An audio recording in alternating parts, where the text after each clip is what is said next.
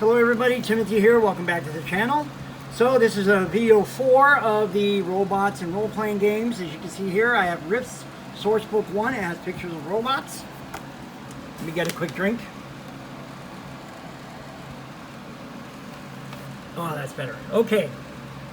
This is the Mega Damage Rift's version of how to make robots that you saw in Heroes Unlimited, except instead of SDC, they're going to be MDC. It's basically pretty much the same process that I showed you in video number, I think that one was in 3 or 2.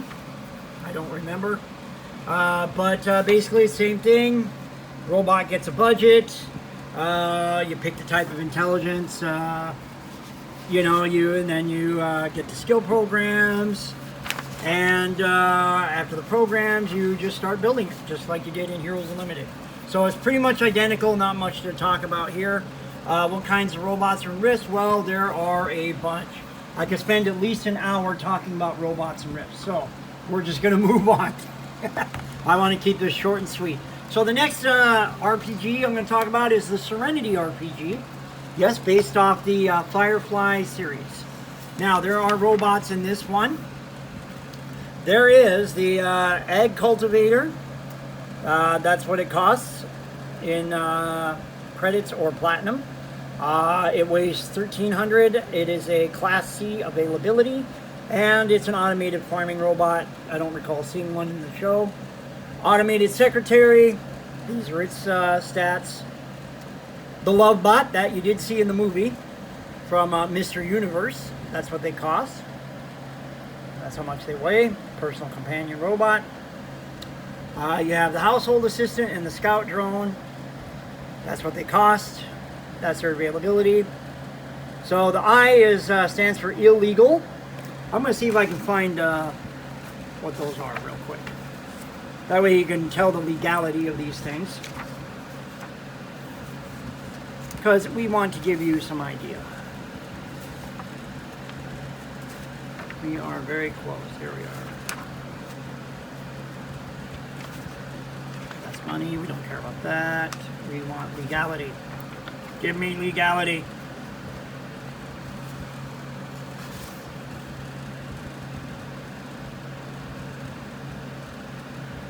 Here we are. Availability. Here we are. Okay, availability. E stands for everywhere. C is in the core rules. R is for the rim worlds, and I is illegal. Okay, there we are. So as you can see, you can get the egg cultivator and the automated secretary, as well as the household assistant in the core worlds. You can get the excavator in the rim worlds, and obviously the scout drone is illegal. So what does this star asterisk mean about the love bot? Well, that means, let me see if I can pull it up. I believe it means that there is something special with them. I'm trying to remember what it is. Let's see. Let's take a look at love bots real quick. All right. No self-respecting robotics manufacturer makes such a self-indulgent toy, but there is some demand to keep a small but steady underground market supplied with these extremely expensive bots, usually built to custom specs. Let's see. The love bots. Oh, let's try and get this. There we are. The love bots are designed for companionship. They are capable of for a slow walk, simple conversation, and the physical acts for which they are primarily designed. They generally lounge quietly on sofas or beds and remain plugged into a power grid by a cord, which can be detached. Love bot can run on a battery for about 12 hours. As a concession to practicality, love bots have an internal emergency signal beacon and are capable of summoning the police or an ambulance if they detect the need. They can also be used to record and play back simple messages. Anyone known to own such a device automatically earns a black mark in the companion registry. That's probably what the asterisk is. Now, as for its availability, they did say black market. I'm going to say it's probably illegal. So it doesn't really give any stats on these robots, but it is about robots in role-playing games. They are probably equipment that you can own, and you probably just assign them to a task, and that's what they do. Okay, so next we're going to talk about the game Splicers. This is another one by Palladium Books. And this one gets pretty heavy into robots.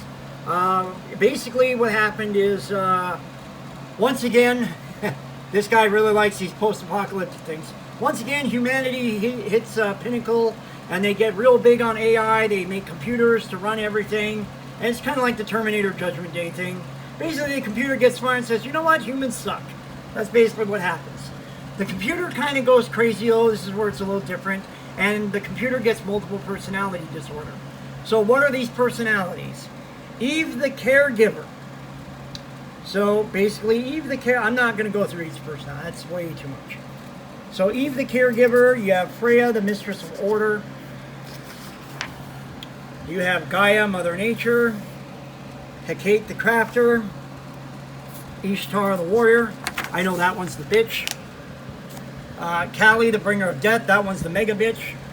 And Lilith, the great deceiver. So basically, if you know anything about those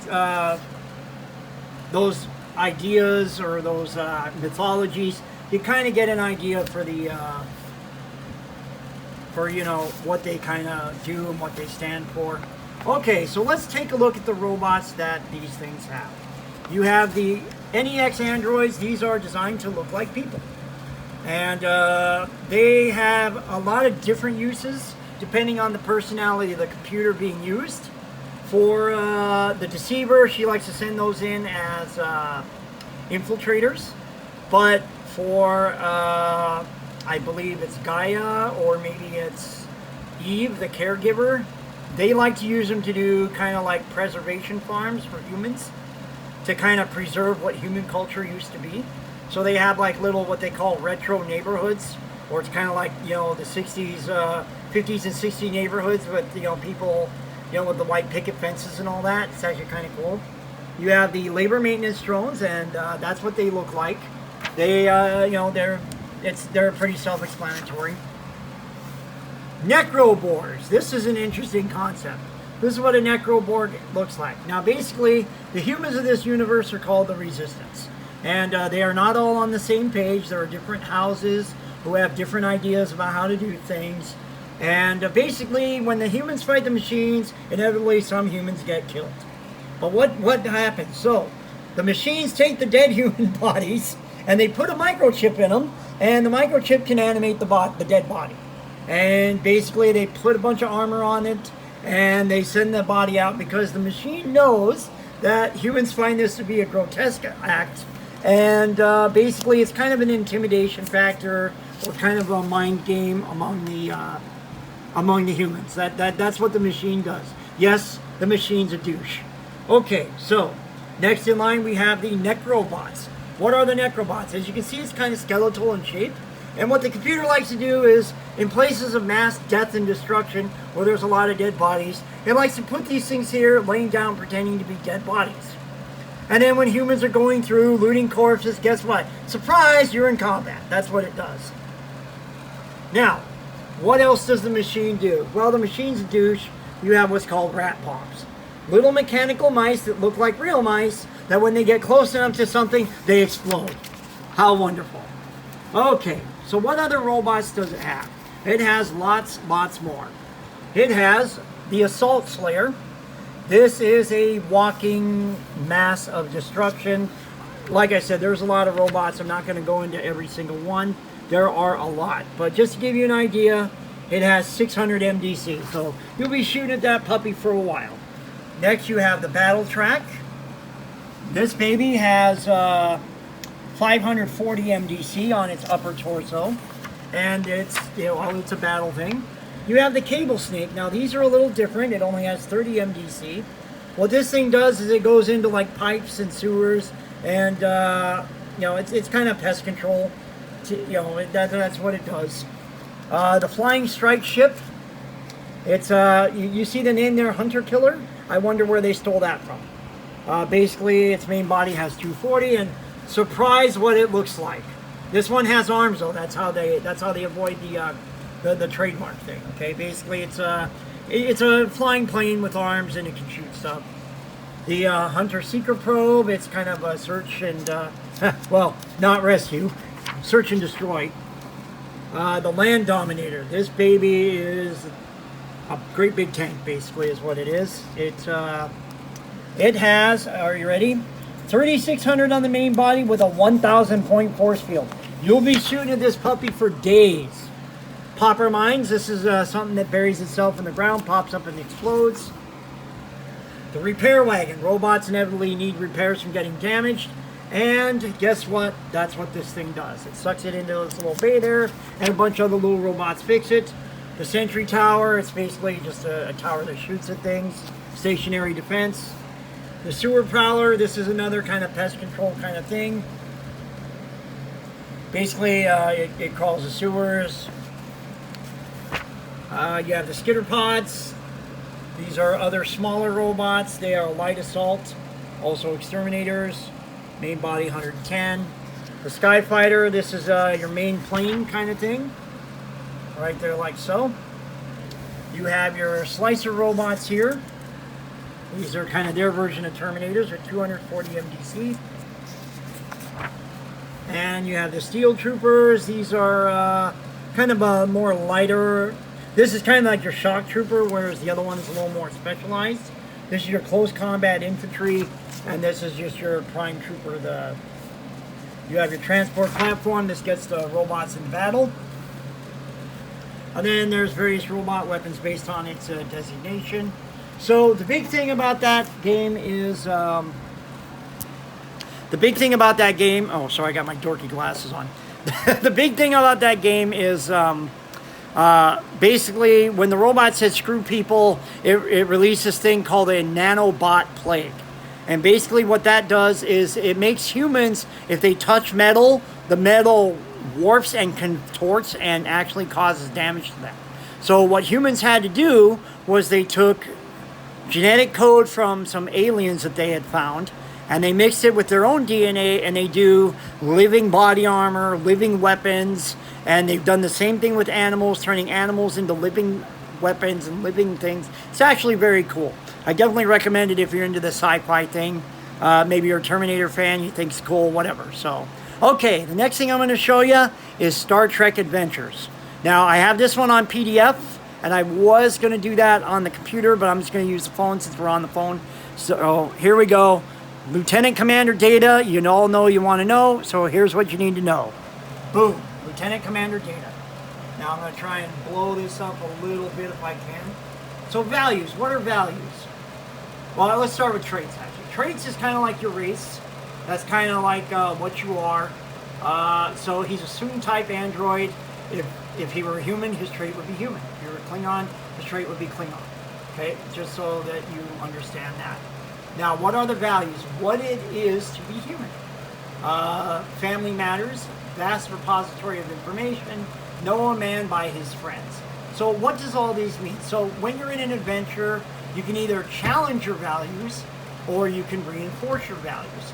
So like, let's just say the Enterprise winds up in a Tychon's Rift. So basically, what happens with his values? So basically, if they're doing an investigation about what's going on and, someone gets sucked out of a hole or something, what it is to be human to come in. Or maybe as he's explaining what a Tychon's Rift is, he could be doing his vast repository of information. And he'll just, like he did in the earlier episodes where he just laid out all kinds of info that nobody wanted. So basically, that gives you an experience point for using those or challenging those. So that's what those are for. They're for role-playing tips, and they help get you XP. Now, these attributes, you have control and daring. Control is kind of like your hand-eye coordination, your precision. Daring is like your boldness and your braveness. Fitness and insight. Fitness is kind of like your physical makeup, your strength, your body. Insight is kind of like your ability to read people and situations. Presence and reason. Presence is your ability to kind of, it's basically charisma. And reason is kind of your smarts, okay? So, now these disciplines, command and con, these are used for when you're working those stations. So like Mr. Data, if he wants to command a junior officer to do something, and let's just say he wants them to use a tricorder to scan something, right? So he might use his presence and command which is an 8 and a 3. So in this game, you roll d20s, and basically you would roll 2 d20, one for presence and one for command, and basically these two this attribute and this discipline would add together, and that's your difficulty number. You need 11 or less on the d20 to succeed. Okay, just so everyone understands. So now con would be like piloting a shuttlecraft. Security is like using the ship's weapons, or as you see in the picture, the phaser he's holding. Engineering would be like repairing the ship, gaining power to the ship, engineering tasks. Science would be like for getting information, like what is that weird creature out there? What do we know about it? What are the sensors picking up? And medicine is, what Dr. Crusher kind of did. Okay, so focuses: astrophysics, computer, cybernetics, spatial phenomena, quantum mechanics, warp field dynamics. What are focuses? Focuses are things that give him a bonus when he's rolling on those particular subjects. So, in the Tychon's Rift, for example, that falls under spatial phenomena. So he would get a bonus to that roll. I don't remember exactly what the bonus is, so I apologize for that. I haven't played this game in a bit. Basically, he would get a bonus towards knowing what a Tychon's Rift is, what to expect from it, blah, blah, blah. Okay, talents. Polyalloy construction, special talent on page 10, we'll get to that. Positronic brain, same thing. Technical expertise. Whenever you attempt a task using the ship's computers or science, you may re-roll a d20, which may be the ship's die. So, let's just say he's trying to detect a cloaked Romulan vessel, right? So he is he's rolling his insight and say science, and the ship's I don't know, we'll say the ship's computers and science as an example. So basically, let's just say he rolls a botch on the ship's die. So instead of getting that botch, he can use his technical expertise and re-roll that botch, hoping for a better roll. So like a botch in this game would be a natural 20, as an example. Okay, and then last but not least, we have veteran. Whenever you spend a point of determination, roll 1, and that's called a damage die, that's a d6. If an effect is rolled, which effects are rolled on 5 and 6 on a d6, then immediately regain the point of determination. So that's actually kind of cool. You can spend determination for a few things. I'm not going to get a lot into it. He does start with 1 at the beginning. His stress level, that's his health, basically. That's how much damage you can take. His resistance is 1 because of his, probably because of his body. Most people don't get a resistance unless they're wearing armor. So basically, he subtracts 1 from any damage he takes. His unarmed strike, he rolls, basically if he hits, he rolls 3d6. And basically, the way the d6 work is 1 and 2s are straight damage. So if he rolls, say, a 1 and a 2, that's 3 points of damage. And if he rolls a 3 or 4, that's considered a miss. It's like a glancing blow. If he rolls a 5 or a 6, he gets 1 point of damage plus an effect. You see that knockdown there? That's an effect. So basically, let's just say he rolled a 1, a 2, and a 5. So he does 4 points of damage, and he knocks his opponent down if he punches him, as an example. So, Phaser Type 2, it's a ranged attack. It does 5 dice of damage. It's a one-handed, and it has charge. What is charge? Charge allows you to, I'm trying to remember, you can either charge it to do an area effect attack, like a wide beam attack, or you can charge it for extra penetration damage to subtract, I think, 2 points of resistance off the target. There's a few things you can do with it. So that's kind of what that does. And that covers most of Mr. Data here. For equipment, he has his comm badge, which you see there. He has his Phaser Type 2, you see there. And a tricorder, which is probably kept in, he probably just takes it out on away missions for the most part. So that's basically Mr. Data. But we're not done with Star Trek. We're going to go to Dr. Soji Asha, the granddaughter of Mr. Data, if you will. She is a synthetic and Data's daughter. Those are her traits. Her values are: I'm a trusting person by default. I have a story waiting to be claimed. More cut out for wandering, and synthetics have rights too. So these are her stats, and these are her disciplines. Her focuses are in androids, anthropology, artificial intelligence, board technology, linguistics, and Romulan culture. Her stress is how much health she has. Her resistance is 0. Oh, I forgot to go over Miss Day. Well, we'll get to that. So, and there we go, like that. Her unarmed strike does 4 dice with knockdown, and she does not have a phaser. So, she has auto-enabled self-defense protocols. If attacked during a scene, you can add 2 threat to activate a dormant combat program. This raises your security by 2 and grants you the martial arts focus while engaged in shootouts or melee combat for the remainder of the scene. It does not apply to other security related actions. So, what does it mean to gain 2 threat? 2 threat is something your GM uses to make your life harder. So, like, a threat of 2 might mean an extra difficulty on a dice roll. So, remember when I said you might do, like let's just say she's in a shootout. So she rolls her control and her security to roll to hit the guy. And let's just say she spent the 2 threat, and the GM says, okay, instead of needing 2 successes to hit the guy, you now need 3. Because maybe he has cover now. So basically that's how the GM uses threat. Okay? Threat can be used for all kinds of things. It can be used to make a task harder. It can be used to add reinforcements to the enemy. That's what you can do with threat.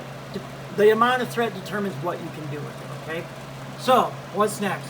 Biological mimicry. Your sympathetic physiology is indistinguishable from that of biological life forms, even under advanced scans. You can be healed through conventional means. You have enhanced hearing and vision and superior strength that enables you to run faster, leap further, and resist damage. You are impervious to empathic mind reading, obviously. Computer expertise, whereas Data had technical, she gets that when she's using computers. Putting pieces together. You generate 2 bonus momentum after a successful task investigating a mystery. The momentum cannot be saved, and the points must be used to create an advantage. So, momentum can be used to create an advantage. What an advantage does is it gives you an extra d20 that you can roll. Momentum can be used for a lot of things. I mostly know what combat momentum is used for. Regular momentum I don't use as much. But it is used for adding additional dice like it suggests here. So I am going to go back to Mr. Data real quick, because we didn't go over his Soon-type android stuff. So as a Soon-type android, you get a +1 to control, +1 to fitness, and +1 to reason. Those are your attribute bonuses. For the polyalloy construction, while appearing extremely lifelike, even simulating breathing, blinking, and other autonomic processes, a Soon-type android is not organic life. They are highly resistant to environmental condition, reducing the difficulty of tasks to resist extremes to heat and cold by 2. They are immune to the effects of suffocation, hard vacuum, starvation, and thirst. Further, their sturdy construction grants them a resistance of 1. Further, while they can detect damage and dangerous conditions, they do not experience real pain, gaining +3 resistance against non-lethal attacks, and being extremely immune to any penalties or hindrances caused by pain. Positronic brain. A Soon-type android is normally created with a positronic brain that allows it to process information made available to them considerably quicker than a human.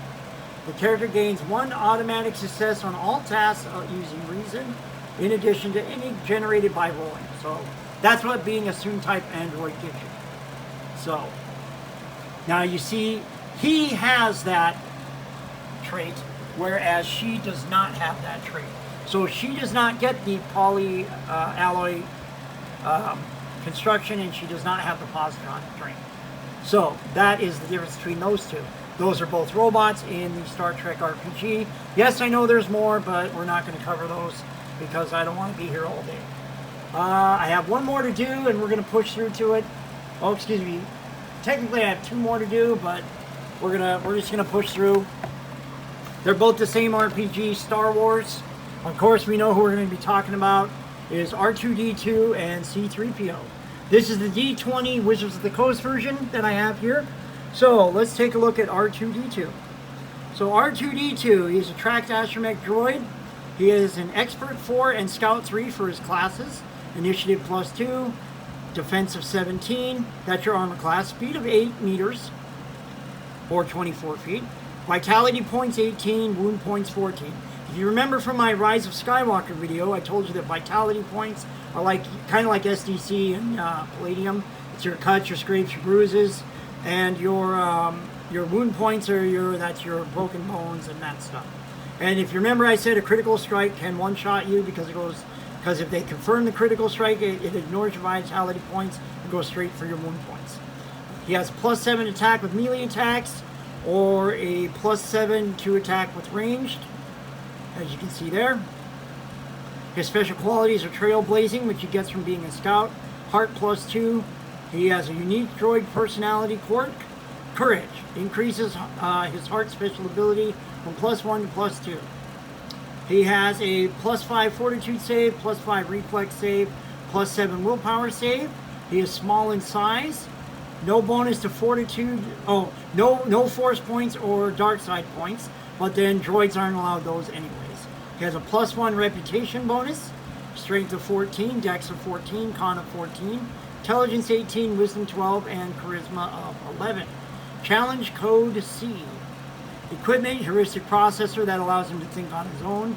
Improved sensor package, diagnostics package, hollow recording unit, infrared vision, tool mounts, he has 4, telescopic appendage, environmental compensators for vacuums, magnetic feet, internal storage of 2 kilograms, and a fire extinguisher.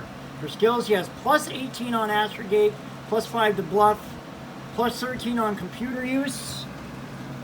Disabled device, he has +13. Knowledge astronomy +13. Listen +3. Pilot +15. Read write basic. Repair +16. Search +13. Speak basic. He can only understand it because he does not have a vocabulator. Speak binary. All droids can speak binary. Spot +10. Unspent skill points, he has 4. For feats, he has alertness. This gives him bonuses to listen and spot.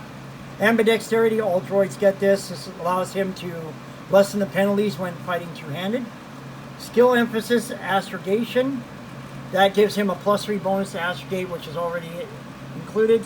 Skill emphasis, repair. Again, a +3 to the repair skill. Starship operations, starfighter, so he can pilot an X-Wing or a TIE fighter. Weapon group proficiencies, blaster pistols, and simple weapons. So if he were somehow to have hands to hold a blaster pistol, he could shoot them. And that's R2-D2. C3PO, we're going to take a look at old C3PO. He is much less, he is a walking protocol droid, diplomat level 3. Initiative +0, he has defense of 11. Speed 8 meters, vitality points 0, and wound points 13. Now wait a minute, why does R2 have vitality points and C3PO doesn't? That's a good question. So all droids can pick up regular classes, but they start out with what they call, what are they called? They're kind of like an NPC class to start off. So Expert 4 is what all astromech droids start at. And those classes don't get vitality points at all. So when he went to Scout, he started gaining vitality points, which I think Scouts get a D8 or a D6, and then he gets a bonus based off his Constitution, which is 14, which gives him a +2. So basically he'd get a D8 +2 every time he leveled in Scout. Now you see C3PO is a diplomat. Diplomat he starts at Diplomat 1 as a NPC class, and he just put his other levels into Diplomat. So he never gained any vitality points. So that's why he doesn't have any. He has a +1 bonus to attack with melee, or a +1 to attack with ranged. He also has a droid personality quirk, Faithful. And what Faithful does is it gives him a bonus on willpower saves when it comes to helping his master, or it basically keeps him faithful to what he's doing. So basically he has to make a faithful. He would actually have to make a willpower save to go against being faithful, basically. He has a +2 to fortitude saves, +1 to reflex saves, +3 to willpower saves. Medium-sized, reputation 1, strength of 10, dex of 10, con of 13, intelligence 18, wisdom of 10, and charisma of 10. Challenge code A. Equipment, he has a translator unit, DC 5. Basically, anytime he listens to a language, he has to roll a 5 or higher to understand and speak it. Recording unit, audio only, and he has a vocabulary that allows him to speak. He has computer use +8, diplomacy +9, knowledge Alderaan +11, knowledge alien species +8, and knowledge bureaucracy +8, listen +5, speak basic, speak binary, spot +5. He has 16 unspent skill points. He has ambidexterity, like all droids get. Skill emphasis diplomacy, and knowledge Alderaan. Like I said, that adds +3. Trustworthy, I believe, adds +1 to diplomacy, if I remember right, and +1 to, I think, I forget the other skill. And then weapon group proficiency, simple weapons. So he can use simple weapons like like a club. So, but that's C-3PO. Now, what about the other types of droids in Star Wars? What do we know about them? Well, here we are in Chapter 15, and we have a lot. You can play droids as characters, but you are limited to the following droids. The 2-1B series medical droid, the R2 series astromech droid, 3PO series protocol droid, MTD series translator droids, B2 series Bactoid combat automata droids, ASP series labor droids, J9 series worker drones, and EG6 series power droids. So basically, if your droid hero has one level in a NPC class, they can pick a regular class beyond that. That's kind of what this choose a hero class is. R2 has more than one in his NPC class, so he has to make a level before he can pick a new class, okay? So this kind of explains what all droids get. They get ambidexterity, like I mentioned before. Vitality and wound points. They only get vitality points if they pick a class. And as for wounds, droids don't truly die when they're killed. They can be rebuilt. So, droid limitations, basically, all physical damage, blah, blah, blah. They have to worry about things like rust and things like that. We'll get to that. Droid use skills, basically, they don't really improve their skills all that much unless they take a class and get levels. Droid personalities, basically they have their own personality quirks. Behavioral inhibitors. This forces a droid to obey basically what it's told to do. Programming and equipment, basically, if you want to program a droid or reprogram a droid, you need the computer use skill, and if you want to add equipment to it, you need the repair skill. Droid processors, there's two types. There's the regular processors, which usually are remote controlled, and then I think they go out about 500, they can go out to about 500 miles, I think, or maybe it's 500 kilometers, I forget. And then you have the heuristic, which allows the droid to operate on its own means of locomotion, whether it's walking, wheeled, tracked, hovering, flying. Okay, droid appendages. This is basically tool, claw, hand. This is the damage based off the size of the droid. Okay, the R2 units are small, so that's why its little claw does 1d4, whereas C-3PO is medium sized, and his hand does 1d6. So droid maintenance. Okay, droid maintenance, basically.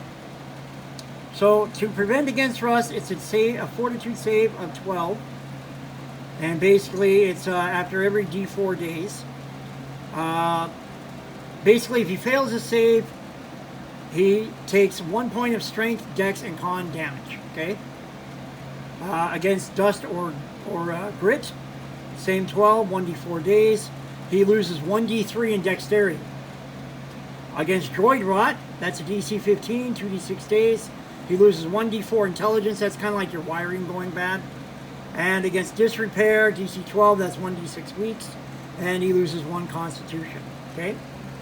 Now, these can, of course, all be repaired and fixed. Droid quirks. So let's take a look at droid quirks.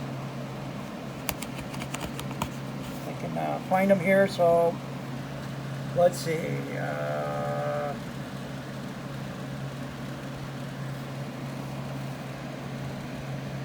Here we go. Faithful. So Faithful, this is one that C-3PO have.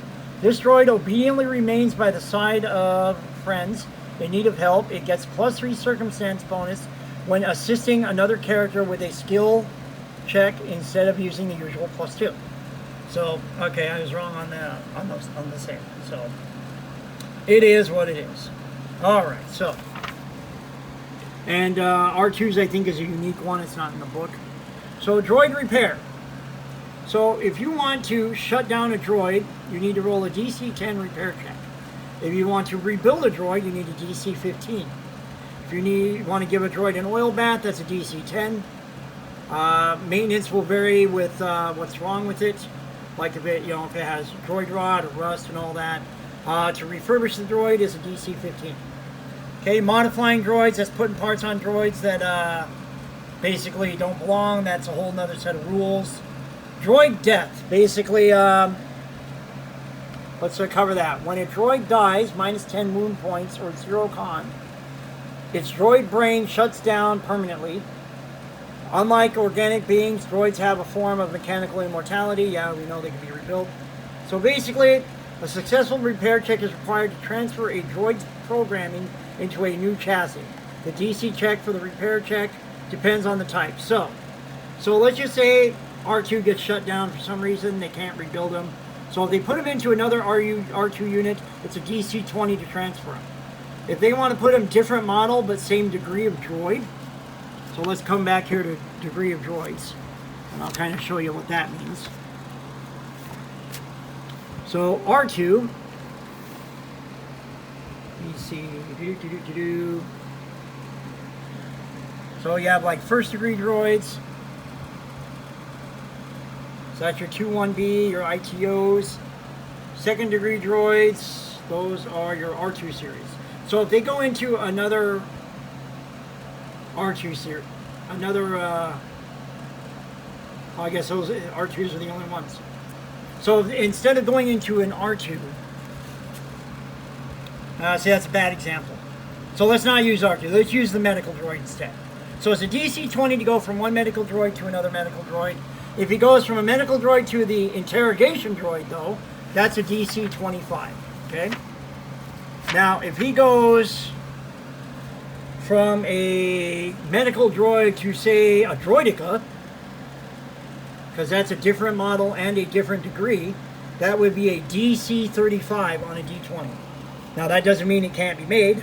Memory wipes are computer use rolls.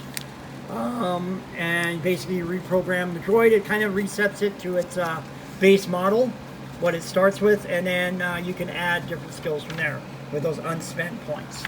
So let's take a look at the droids themselves. Okay, here we go. Sample droids. First degree droids, the medical droid. If I can get my thing to focus here.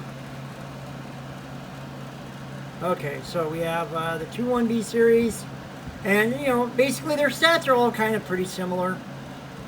There's nothing really crazy about them. They're, as you see, challenge code A, it's not real tough. Probably the toughest droid to encounter is the droidica, and then your secondary, your ITO droids. These are your interrogation droids. You saw this is Princess Leia. They're actually not even really that tough either. Your secondary droids is an R2 unit. As you can see, they start with the Expert 4. Your 3PO series droids is basically 3PO with 2 levels less. Your MTD series droids, these are a little different, but they also start at Diplomat 1. They're basically lesser versions of 3PO, is the way I see them. I think they hover. Okay, your B1 droids, those are your Roger Roger guys. You can't play those, but they are chumps. They suck. Believe it or not, they shoot worse than Stormtroopers.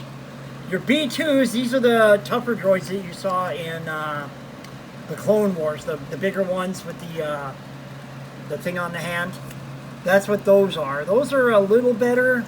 They also shoot a little worse than Stormtroopers, so don't give them too much crap. Then you have your Droidekas. We all know what those look like. Droidekas are the toughest of the tough of droids. So, wheeled walking destroyer droid, Thug level 12. Now, this does not have vitality points.